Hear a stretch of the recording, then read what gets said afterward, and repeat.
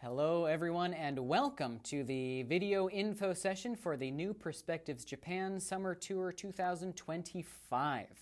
We had huge years in 2023 and 2024 and now we're looking forward to another really good one in 2025. Obviously Japan is very popular right now. A lot of people want to get over there, but we also realize it's not the easiest. It can also be very, very difficult for teachers to put together student tour groups, and that's why we are here. We are here to help you to get to Japan. We are here to help teachers to put together these educational opportunities for students because New Perspectives Japan is not just a tourist program.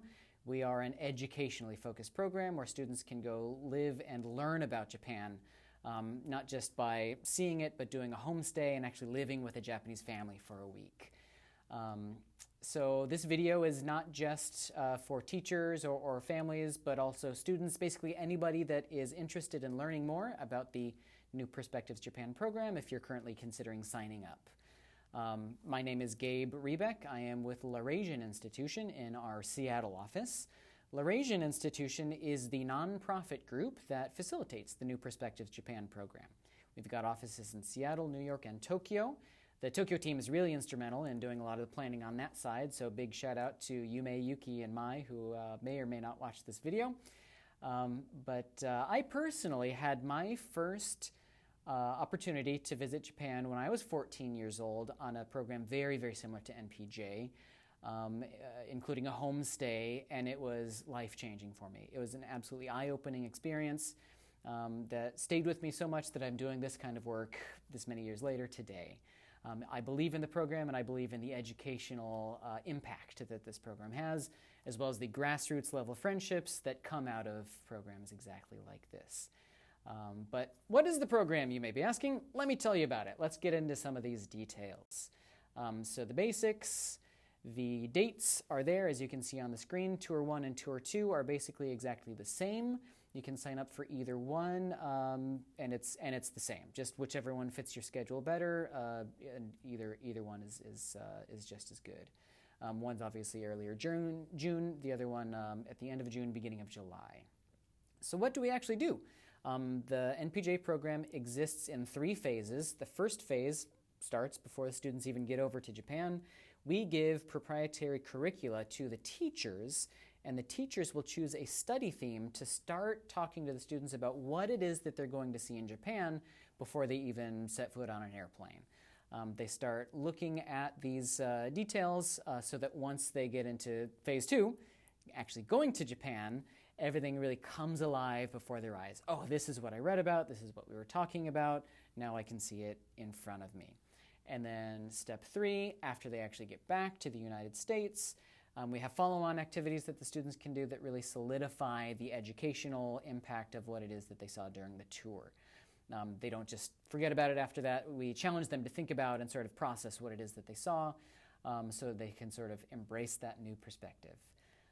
How much does the program cost? So it is $46.75 for an individual student as part of a group, that's a school group, or $54.95 for an unaffiliated or Ronin student.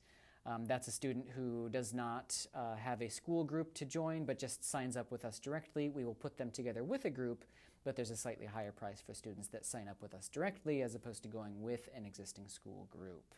There are scholarships available to cover up to half of that program price, and the scholarships are based on both financial need and academic merit. We want to make this opportunity available to as many students as possible, and so we try to make as much available in those scholarships as we possibly can. We understand it's limited. We try to keep that price down as much as possible. We are a nonprofit group. We are very different and unique from a lot of the travel agencies who might have similar things. We do try to keep this cost as low as possible. We've seen rising prices in accommodations and airplanes and a lot of the sort of logistical things. And so we understand that the cost is not, it's not extremely low, but we try to keep it as low as we possibly can because we want to get as many students as possible to join us on these tours. The applications are due on December 1st. The way that this works is that the teacher will sign up first, and then the students will try to get all of that information into us by December 1st. We can have a little bit of flexibility on that, but we really do need as much of that information as possible by December 1st. What kind of support do we provide? Well, so comprehensive pre-departure materials. We'll do another video session just like this for a pre-departure, telling the students what it is that they need to pack and all of those things. We try to give you everything that you need before the tour actually starts. We have bilingual staff both in the United States and in Japan that you have access to before, during, and after the tour in case there are any questions or anything that you need to find out. 24/7 emergency line here in the United States. If there are emergencies, if parents have some sort of an emergency happening on this side during the tour, as well as in Japan, if the students or the teachers are having an emergency, basically we are always available to take care of any kind of problems. Laurasian staff actually stay at the same hotels with the students and the school groups during the study tours, so we're always immediately available if something pops up. Laurasian staff will assist if there's any sort of if a student gets injured or something, if they fall down, something like that during the tour, we will help bring them to a hospital or a clinic to get any kind of help that they need. We're just basically, if a student loses a passport, we'll take them to the American embassy or consulate to try to get that passport replaced. We'll take care of all of those problems as they pop up. We also offer the peace of mind backed by Laurasian's comprehensive liability insurance. This is something teachers might want to note if they're communicating with their school district or principal. Ultimately, even though teachers are the ones that are taking the students around on day to day for getting the students to the different locations that they're visiting during the tours, it's the Laurasian institution that takes responsibility for the students that join our tours. And so if that helps with the school district's understanding, the liability involved for a tour like this, I am more than happy to speak with any school administrators or that kind of thing and let them know that we take responsibility. If the program has to be canceled, some crazy thing happens that forces us to cancel the tour, we will handle everything as far as getting all the hotels and flights and everything canceled and try to get as much refunded as possible, or possibly deferment if we want to just sort of push off the tour to the next year or something like that. Basically, we take responsibility for all of those things.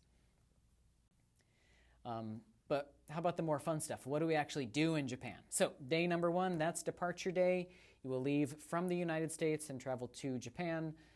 Some groups might be asked to travel up to 3 hours to a larger regional or gateway airport, hopefully not that much, depending on where your school in the United States is located. But day 1, go to Japan. Day 2, because you sort of lose a day with that time zone difference, land in Tokyo and go to the hotel via charter bus that we prepare. We'll flag you down as soon as the students arrive in the airport, and we'll get you rolled right onto that bus and off to the hotel. Days 3 and 4 are study days, so explore the Tokyo area. These are personalized group itineraries that teachers create together with us, New Perspectives Japan, so that students can see various, not just tourist destinations, but sort of other interesting, educationally focused experiences in Tokyo for those days 3 and day 4. After that, day 5, that's when each group will go off to their host community. Each group will have a different host school, and we will give all of the logistics information, the travel information to the teachers, and the teachers will help bring those students to those host schools. Host schools are located all around Japan. We've got partnerships with schools basically everywhere from Okinawa all the way down to, up in Hokkaido down to Okinawa. And where you could be placed could be based on a sister school relationship if there's already an existing sister school relationship between your school and a school in Japan, or if you have no connection whatsoever and you want us to find a good school for you, we're good at that too. So day 5 is when the groups will all travel to those host communities, whether it's via plane or bullet train or local trains, buses, etc. Luggage is shipped to those locations via the Japan Postal Service, so it's very simple. Then, days 6 through 11 is the homestay and school visit. That's where the students get the opportunity to actually live with a Japanese host family and participate in school activities. We'll talk just a little bit more about this in a moment, but remember that. That's an important part of the tour. Day 12, everybody comes back from these host communities and meets up again in Kyoto.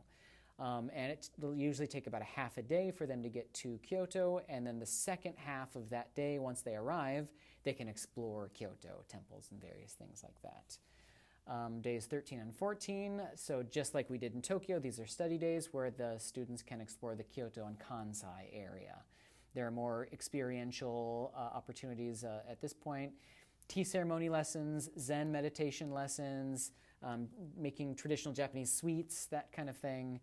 There's a lot of different stuff that the students can do, and the teachers get to decide those things together with us, and we make those itineraries for you. Day 15 is the final departure day. We basically bring everybody to the airport, and then they fly back to the United States. And even though it's 14 hours or so on the plane, they'll arrive same day thanks to the magic of time travel. So that is the basic itinerary of what the tour looks like for everybody. But remember the homestay element? Why do we do a homestay? So as you can tell, that this is the largest part of the tour. Obviously, Tokyo is a couple of days, Kyoto is a couple of days, but that middle section, the homestay, is about a week. And why do we have this element in there? I know it's something that maybe some of the parents and the students are just a little bit nervous about, but the teachers out there, they understand. The homestay is the most effective part of the tour as far as helping the students to understand what is it like for Japanese people living in Japan? What is daily life like? If you're staying at the hotel in Kyoto and just kind of going to a temple here, a temple there, you're not going to get what it's really like to live in Japan.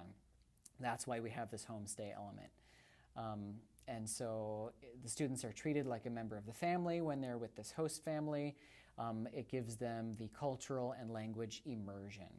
This is where those lifelong friendships that I mentioned at the beginning of the video, this is where they start to grow. I mentioned that I did my first homestay when I was 14 years old. I am still in touch with my homestay family from that time. These relationships really do last a lifetime. So what are homestays actually like? Participants can be placed in homes with students that attend the school, or possibly school administrators, teachers, or other community members. Sometimes we'll put maybe 2 students in a household together. Every situation is different, but every situation is very unique. And honestly, for me, my favorite part of the tour is in Kyoto. Remember, that's where I said everybody comes back together after these homestays.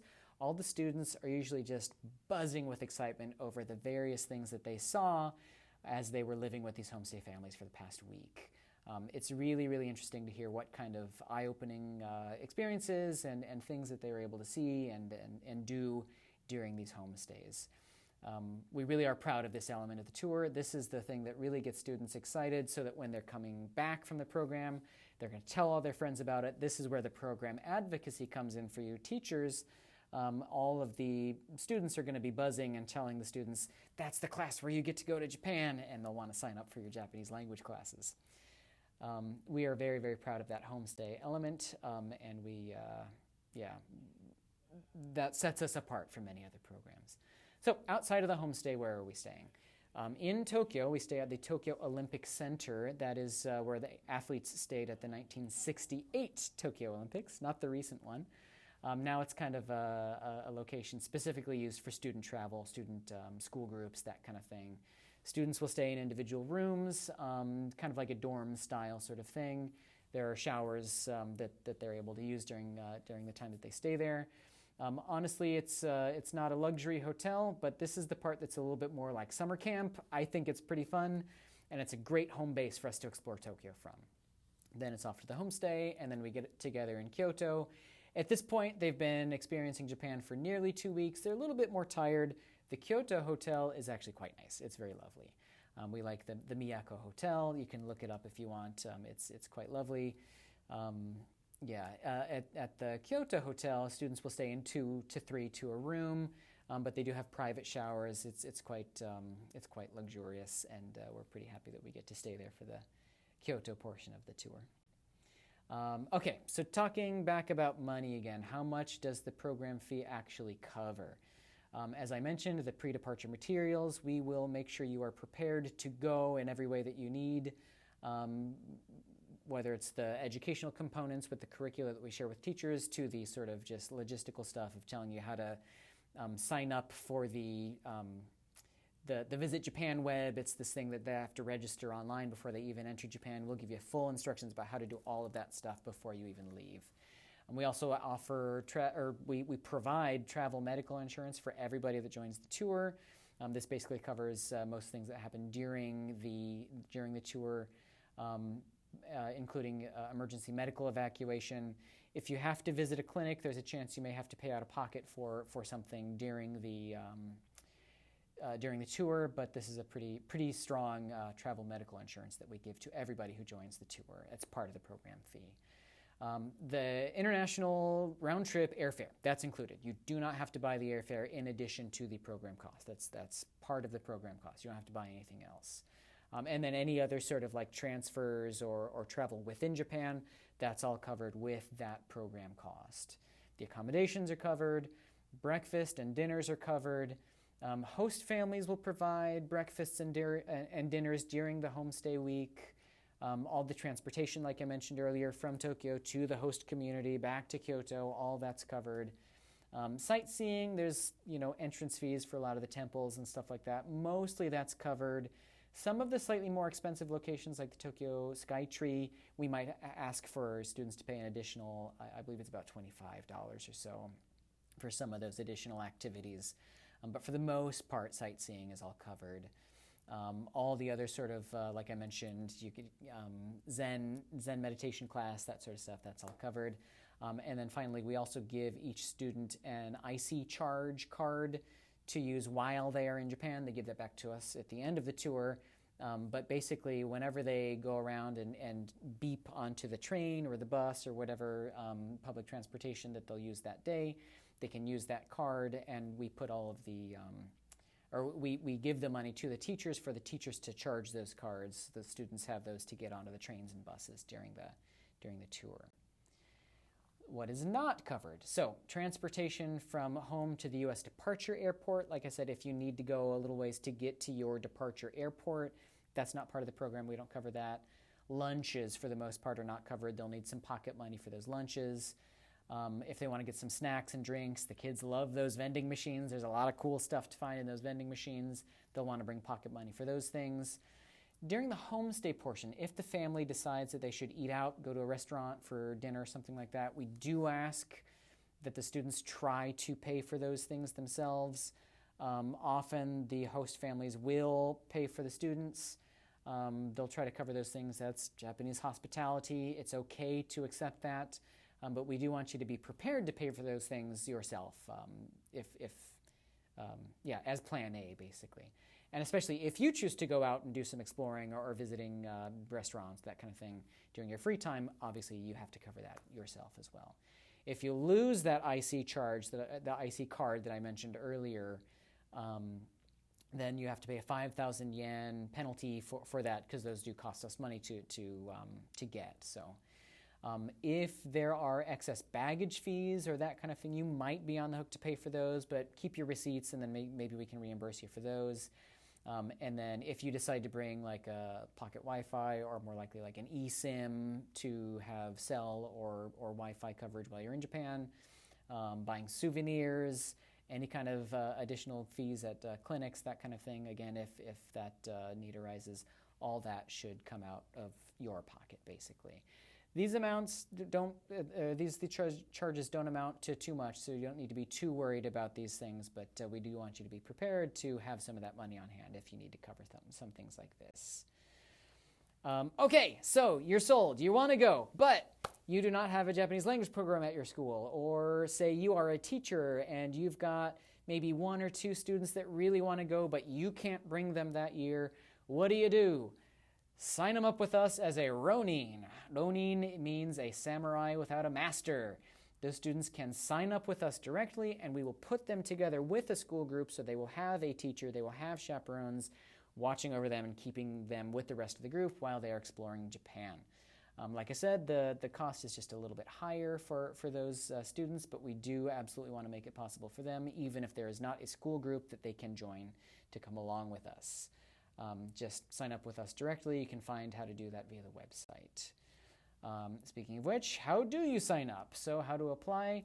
What we ask teachers to do is, teachers, if you're bringing a school group, go on to npj.laurasian.org. That's our application portal. You can find the link to that from our website, laurasian.org.